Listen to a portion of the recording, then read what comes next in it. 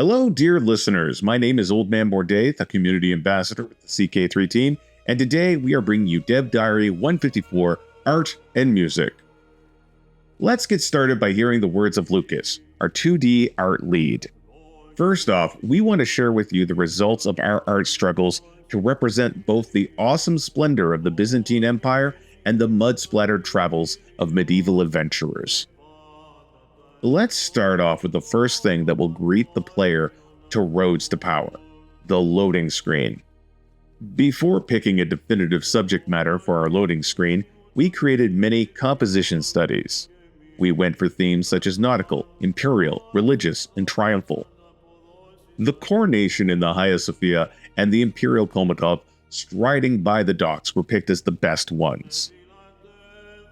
As a next step, we created color sketches based on those chosen compositions. After some debate, we decided that the coronation had the most unique and striking composition out of the two. But since the team liked the Imperial Komatov color sketch so much, we decided to save it and use it for the bureaucratic dynasty legacy. To mark great events that happen to the world or player characters, we had originally introduced story event illustrations for Fate of Iberia. These dramatic splash screens would pop up anytime something happened during the Iberian and Iranian struggles. On Legends of the Dead, this format of illustration came back to represent major disease outbreaks and the Black Death. And now we've decided that these evocative images would be fitting for memorable events such as triumphs, the restoration of Rome, and the story of Hereward the Wake, the harrying of the North. While we had generic Mediterranean background images, it felt like they were insufficient to represent the particularities of Byzantine culture.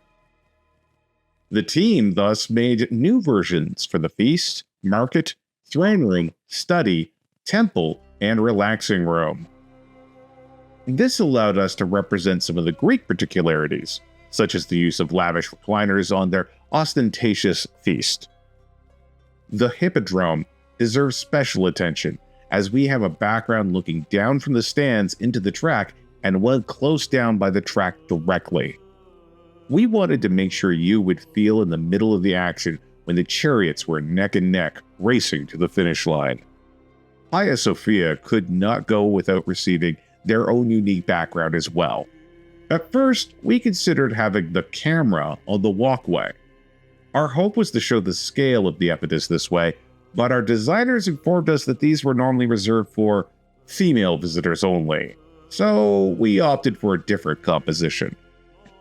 Constantinople is the focus of many new events, both of doom and glory. Accordingly, we have made the appropriate backgrounds. We put a lot of effort into trying to get everything in the right position in the city by following reconstructions and historical references. Our adventurers also demanded new backgrounds. Their camp life is represented by a variety of views of their encampment, by day or night, inside or outside. In Roads to Power, our environment team and animation team worked together to give our characters even more life with new animations and assets for them to wield or ride on. Presented here are some of the highlights. We have added around 30 new animations or variations of older animations. Some of these will be applied in place of regular idle animations the character usually has to present their newfound situation, such as when they are incapable or imprisoned. In addition, some counselors will also change their animation depending on what task they are assigned to at the moment. We hope that this will make characters feel more alive than ever in Roads to Power. Additionally, we expanded on event visual effects. Instead of using Bink videos like we did for Legends of the Dead, we have opted for shaders that are a lot lighter. The new event effects include earthquakes, heavy smoke, sandstorm, rainy fog, and lightning storm. Settling on a style for the domicile screen was quite a struggle for the team.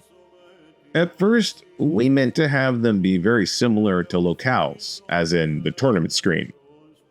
While this would make for more internal consistency in art style, For 4 reasons, we decided to deviate from this initial plan. First, we wanted this not to be full screen, as unlike the tournament screens, we do not mean to take the player away from their plots and immerse them in the event. The estate and camp domiciles communicate directly with your actions in the game world and should be convenient to navigate. This made for a smaller screen and thus a more symbolic representation of buildings, and their purpose would work better in this medium.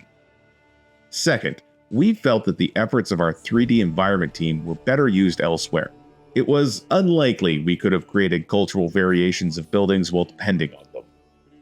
By keeping the work exclusively on the 2D artist, it expanded our capacity to create more buildings and have cultural variety on top of that.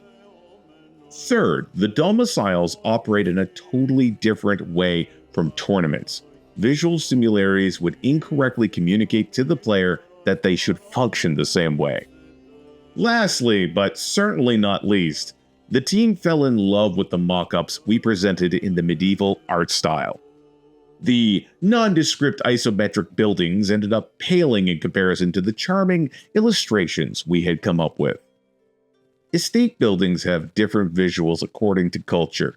For now, we have Western, Byzantine, and Mena themes. Camp buildings are the same regardless of culture, except for the main tent, which has Western, steppe, tribal, and Mena themes. Our artistic variations didn't end with buildings by culture. We also wanted to reinforce the sense of place in the world of the domiciles by creating different backgrounds that change according to the position of the estate or the camp. Estate background variations can be dry, green, jungle, rough, and urban, while the camp backgrounds can be dry, green, jungle, rough, snow, and snowy mountains. While the Greeks showed less propensity to utilize coat of arms in the fashion we observe in Western Europe, they did attach to the identity of their families certain symbols on their coins, murals, and reliefs. It makes for an interesting variety that they would claim not only secular imagery inspired by Greco-Roman myths, but also Christian religion symbols. Their connection to the sea would also inspire many aquatic motifs. Thus, we could see mermaids, Ophiditoris, and manticores side by side with Jesus, Mary, Archangel Gabriel, and St. George. These might be adorned with crosses, stars, or shells. With Roads to Power, we had the chance to greatly expand the Byzantine wardrobe, which was historically quite distinct and interesting looking, and very notably different from surrounding cultures. As usual, our work began with collecting references, preferably from first-hand contemporaneous sources, but we also looked for modern books and other materials that focus on this subject matter. We'd like to give a special shout out to a book called By the Emperor's Hand by Timothy Dawson, which contains a lot of amazing research and conclusions. There are quite a lot of both first and second-hand sources that survive from the Byzantine Empire. Perhaps not too surprising considering how vast it was and for how long it survived.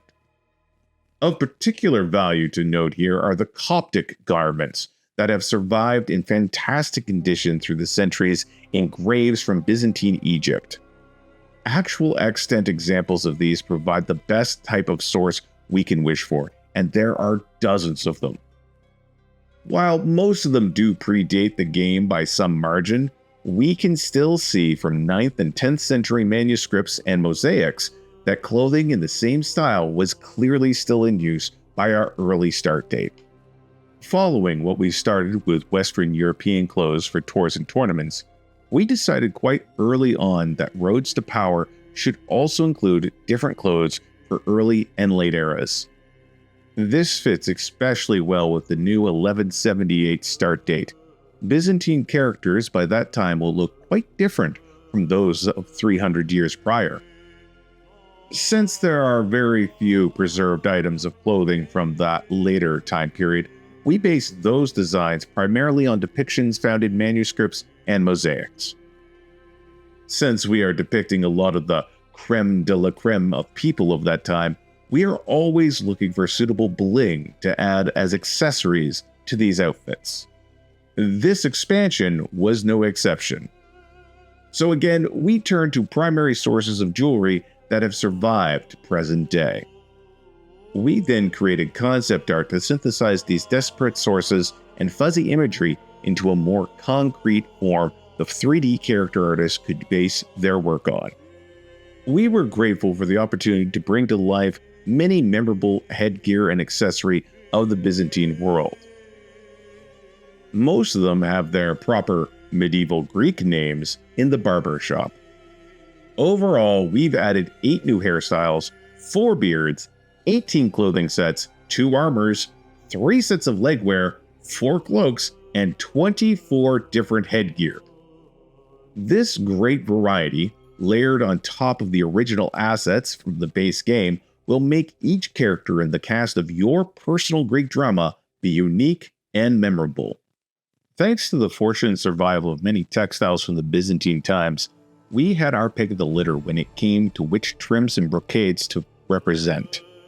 It was more of a matter of choosing the most characteristic, unique, and interesting ones. Unlike other patterns, we have used a new type of texture map setup where the bottom part of the medium trims is used for rondels. This permitted us to have specific bits of the pattern transform from a trim to a frame rounded-ish composition. The Byzantine throne room was a daunting task undertaken by our 3D environment team. Our objective was to represent the Chrysotrychlinos, the main ceremonial hall of the Great Palace of Constantinople. Unfortunately, the palace has been destroyed and there are no timely representations of the place. We had to follow the descriptions made at the time and observe other structures that take inspiration from the palace in some capacity, such as the Church of Ravenna and the Palace of Aachen. The overall shape of our interpretation is quite similar to the Palace of Aachen, but we opted to optimize the shape so it could better be captured by our throne room camera setup. So the dome is probably a little bit lower than it would have been at the time. We also knew that we wanted to decorate the room with many mosaics, as was the fashion at the time. Instead of copying existent mosaics, we opted to create our own version, inspired by surviving examples. We wanted to have bigger individual mosaic bits. You see, if we had made the individual tiles as small as they were in real life, they'd become unreadable from a distance as being a mosaic. For the trims and patterns that frame the architecture and make up the more geometric parts of the mosaic, we created a variety of trim sheets and materials. For subject matter, we knew from descriptions that the apse was dominated by Christ on a lyre throne. We also knew emperors, saints, and angels were represented, as well as verdant fields and flowers. When it came to deciding which figures to display, we wanted to do a nod to the fact that these mosaics were removed during the time of Aniconism and then restored before our game starting date. We went with some staunch defenders of icons such as Irene of Athens and Theophanes the Confessor. We also included some classic characters such as Justinian, Constantine, and St. Helen, to name a few. From the writings of an emissary to the Byzantine court, we got reports of chirping mechanical birds and roaring metal lions. We have done our part in emulating these marvels, as the golden lions flanking the throne of Solomon will intermittently bang their tails on the ground and roar. We have also added the mechanical birds and the water organ as a court artifact. Besides the terrain rework mentioned on previous dev diaries, our 3D environment team has populated Anatolia and Greece with a variety of special buildings. We had great inspirations to draw from, such as monasteries built against sheer cliffs or ancient temples repurposed as Orthodox churches. Greek culture holdings now have unique graphics distinguished from the generic Mediterranean ones. You can now behold them in their characteristic warm colors, red striped walls, and rounded roofs. Our environment team created a Byzantine version of the map table to make for an even more immersive experience for our players. The lamps and the silverware are inspired by surviving pieces of Byzantine craft, whereas the sword and the bag of gold on the rightmost area of the table are a nod to the adventurer aspect of the expansion. While playing as a Greek character, players will also enjoy a mosaic-inspired HUD skin. Nature motifs are depicted by bits of colorful tiles. Some of the HUD elements have been reworked to be modular, so it's easier to add new buttons on the side panels and currencies at the top. Hopefully modders can make good use of this. The UI team also dedicated some time to making the game look and feel better by improving some of our older features. Toast have been reworked. They are now more clearly color-coded, so the player can tell if they failed or succeeded on an event quite more clearly. Toast are also built in a way that they vary in size according to the amount of information to be displayed, which means you will get less hidden results marked by a nondescript ... Alerts are now color-coded as well, so players will have a clear distinction of when they're being offered an opportunity, clad in royal purple, if it's something that needs their immediate attention, set to a dangerous or alarming red, or if they have a boon that they can collect on, which is a nice safe green color. We have also reworked all the event headers. Icons were made crisper with their designs improved. The mosaic header itself is now colored differently depending on which type of event a player is engaged with. We're now going to hear the words of Ernesto, our audio director, and they're going to tell us more about the audio work for Roads to Power. We're thrilled to share some exciting news about the latest expansion for Crusader Kings 3, and today we're focusing on something truly special: the music. As you dive into the new content, we want to give you a peek behind the curtain at the fascinating process that brought this soundtrack to life. One of the standout elements of this expansion is the incorporation of Orthodox chants, a unique and evocative addition that adds a profound layer to the game's atmosphere. We had the incredible opportunity to collaborate with Dr. Nikola Kopoulos, a renowned expert in Orthodox music. Together with our talented composers from Identity, Yannick and Robin, we embarked on a journey to capture the essence of these ancient chants. The recording process was something truly extraordinary. So our team of experts ventured to Salvatore Kirka in Munich, Germany, where they recorded these chants live. This wasn't your typical studio session. It was raw, unstructured, and entirely authentic. With no predefined tempo or strict direction, the music was allowed to evolve organically from the live performance. What emerged was a soundtrack that not only captures the emotional depth of the Orthodox chants, but also seamlessly integrates the signature Crusader Kings 3 vibe, a blend of medieval authenticity with a modern twist. Identity deserves huge credit for how they approached this. They managed to maintain the integrity of the chants while infusing them with what we like to call a modern medieval sound. It's a unique blend that both feels timeless and fresh, perfectly encapsulating the spirit of Crusader Kings 3. The new main theme is a testament to this, showcasing the power and presence of the Good Doctor's performance in a way that is both majestic and haunting. But that's not all. We're also introducing a brand new music player for Crusader Kings 3. This has been a highly requested feature, and we're excited to finally bring it to you. The initial release will offer basic functionality, allowing you to have greater control over your in-game music. Whether you want to queue up specific tracks or mix and match songs from the base game and those from Roads to Power, the music player gives you that agency. You can enable or disable tracks at your discretion, allowing you to tailor your auditory experience to your exact preferences. We believe that the music player is a fantastic addition, and we're committed to continuing its development based on your feedback. It's a significant step forward, giving you more control over how you experience the rich musical landscape of Crusader Kings 3. So dive into the new expansion, enjoy the incredible new music, and explore the music player to make your game soundtrack truly your own. So that's it from us this week. Thanks a lot for listening, and if you enjoyed this, feel free to like and subscribe, and we'll see you next time for all things Crusader Kings 3 related.